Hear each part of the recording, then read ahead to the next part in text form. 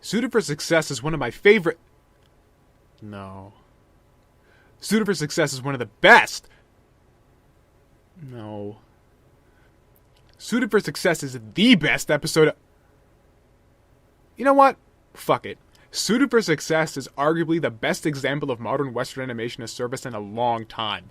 It is 22 minutes of animated perfection. There is literally nothing intrinsically wrong with it.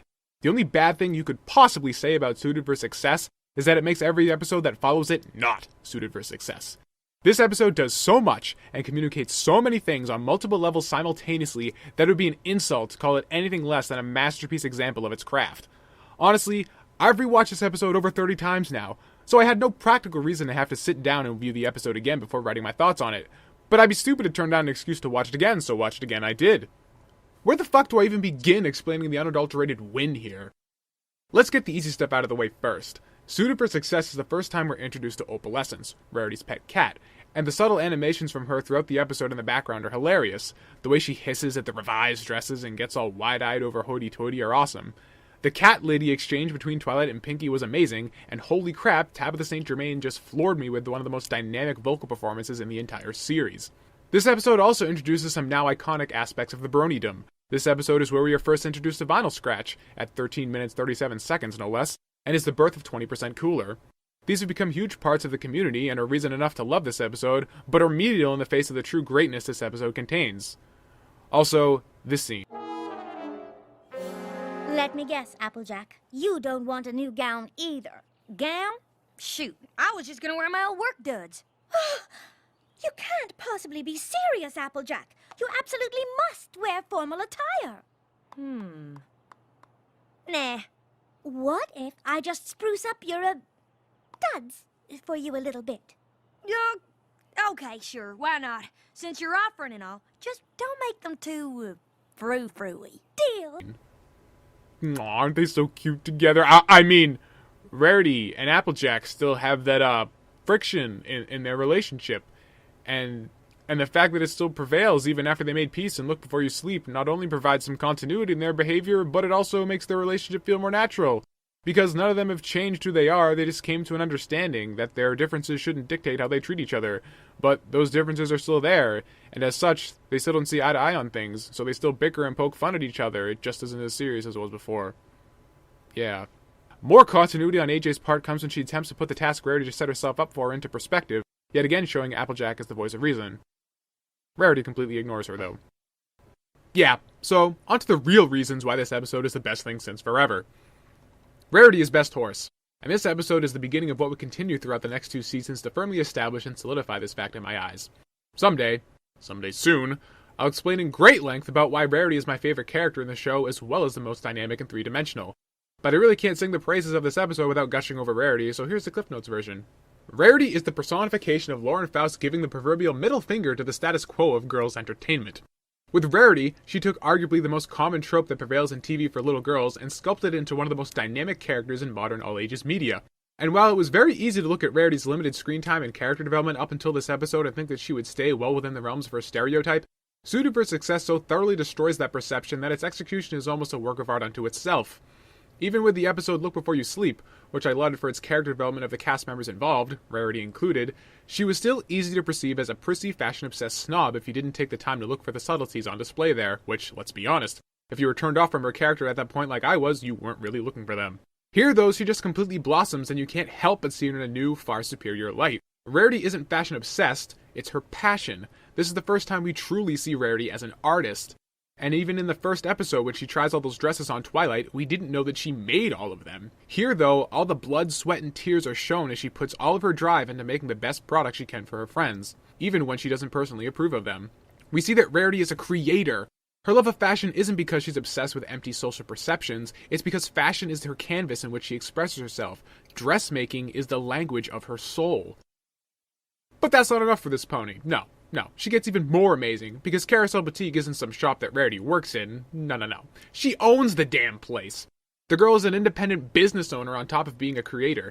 She not only knows what she wants to do, but she's getting there her own way, building it all completely from the ground up. Between entrepreneurship and creativity, Rarity is a god-tier role model for little girls, children, hell, anyone, because following your passions and making it work on your own terms is a concept that is just so thoroughly crushed under the heels of modern social dogma. It's so refreshing to see a character like Rarity in this kind of mainstream media promoting this mentality. But are we done yet? No! Rarity's perfection is just getting started, folks, because look where Carousel Boutique is, in fucking Ponyville, a tiny backwater town in the middle of nowhere. So Rarity's pursuing her goals in a location that isn't at all productive to her ambitions. So that's dumb, right? It shows she's just an idiot. No! It shows the opposite, because in a town that obviously doesn't appreciate her talents and ambitions in a way that they would be in Canterlot, she continues striving towards her goals unhindered by being a social vagrant. She has ambition, and her goals aren't going to be dissuaded by being in a location that doesn't really understand or give credit to what she's doing. Rarity doesn't give in to social pressure and puts more weight on her own personal desires. Her work is primarily that of passion, not recognition. But she isn't oblivious to these perceptions, as there are still some lingering notions of self-doubt in her own abilities. These aspects of her character are all shown again in another situation too, but it's not in this episode, so I can't really talk about it right now. Plus, this is the first time we see Rarity in her designer glasses. Just fucking look at them. That is one cute horse right there. Just, oh my god. I love you. Okay, let's move on. Art of the dress. Thread by thread, stitching it together. Twilight's dress, cutting out the pattern snip by snip, making sure the fabric folds nicely. It's the perfect color and so hip. Always got to keep in mind my pacing, making sure the clothes correctly facing. I'm stitching Twilight's dress. Art of the fucking dress. Kasumi Evans' voice is angelic. Every time she sings, it's like a chorus of divinity filling my ears, and here is no exception. Hell, I'd say this is her finest performance. Daniel Ingram is as usual god tier, his beats are catching, the lyrics are fun, and even more so, this song has a completely addictive sense of flow in the delivery of its lyrics that still has me singing it constantly over a year later. These all make Suited for Success an amazing episode, but there are a few other episodes I could cite that reach similar heights.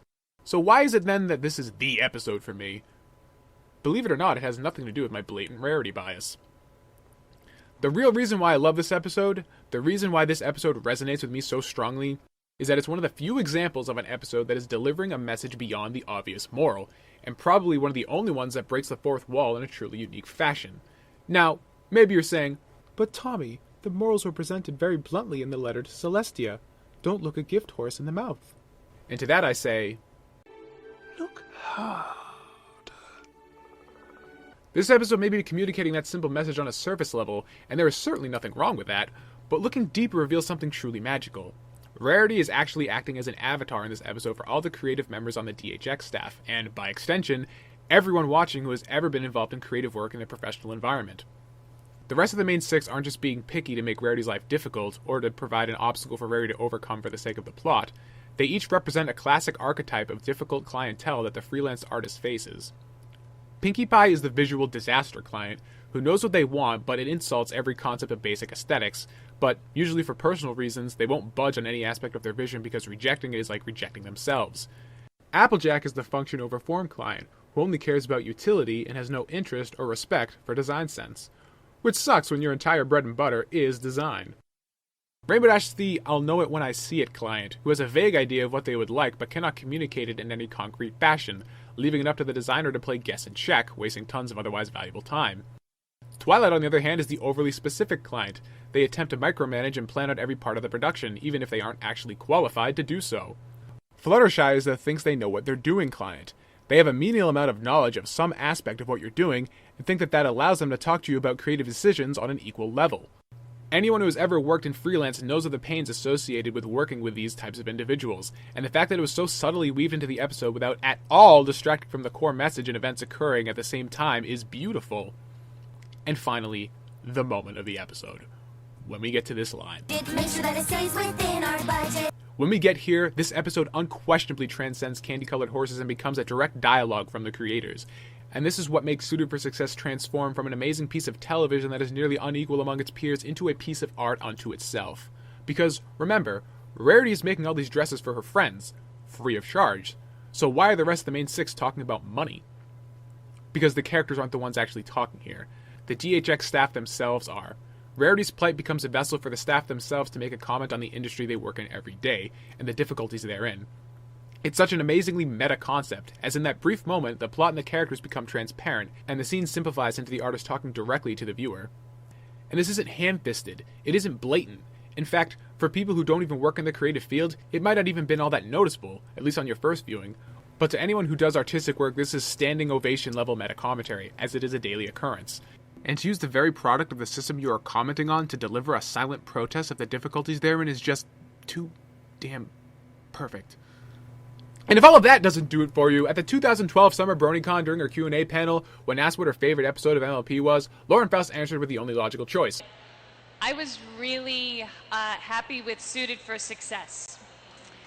And that's my favorite episode. Thank you. So hurry up and get on her level, and by extension, get on mine. So yeah, this episode was kind of good. And did I mention Art of the Dress? Stitch by stitch, stitching it together. Twilight's dress, the cutting of the pattern snip by snip, making sure the fabric folds nicely. It's a perfect color and so hip. Always got to keep in mind my pacing, making sure the clothes correctly facing. I'm stitching Twilight's dress. Yard by yard, I'm fussing on the details. The jewel neckline. Don't you know a stitch in time saves 9? Make her something perfect to inspire. Even though she hates formal attire, gotta mind those intimate details. Even though she's more concerned with sales, it's Applejack's new dress. Dressmaking's easy. Afford Pinkie Pie something pink. Fluttershy something breezy. Blend color and form. Do you think it looks cheesy? Something brash, perhaps quite fetching. Hook and eye, couldn't you just simply die? Making sure it fits for lock and caress. And don't forget some magic in the dress. Even though it rides high on the flank, Rainbow won't look like a tank. I'm stitching Rainbow's dress. Piece by piece, snip by snip, group by collar, shoulders, hip, thread by thread, trimmed and pressed, yard by yard, never stressed, and that's the art of the dress.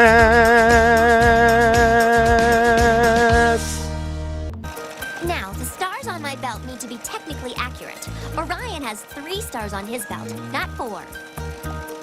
Stitch by stitch, stitching it together.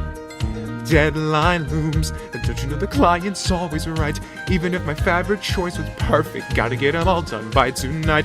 Pinkie Pie, the color's too obtrusive. When until you see it in the light, I'm sewing them together. Do you think my gown would be more me with some lollipops? Well, I think balloons will do it! Hour by hour, one more change. I'm sewing them together. Take great pains. A Fluttershy, you're putting me in a bind. A Rainbow Dash, what is on your mind? Oh my gosh, there's simply not much time. Don't forget, Applejack does must shine. Dressmaking's easy. Every customer's call brings a whole new revision. Have to pick up the pace, still holding my vision. That constellation is Canis Major, not minor. French haute couture, please. Whatever rhymes. Galoshes. More balloons. Oh no, that's too many balloons. More candy. Oh, less candy. Oh wait, I know. Streamers. Streamers. Whose dress is this? Streamers it is. What? Aren't you going to tell me to change something too? No, I just want my dress to be cool. Do you not like the color? The color's fine, just make it look cooler. Do you not like the shape? The shape's fine, just make the whole thing, cooler. It needs to be about 20% cooler. All we ever want is indecision. All we really like is what we know. Gotta balance style with adherence and making sure we make a good appearance. Even if you simply have to fudge it, make sure that it stays within our budget. Got to overcome intimidation. Remember, it's all in the presentation. Piece by piece, snip by snip, croup cause, shoulders hip, bolt by bolt, brimmed and pressed, yard by yard, always stressed, and that's the art of the dress.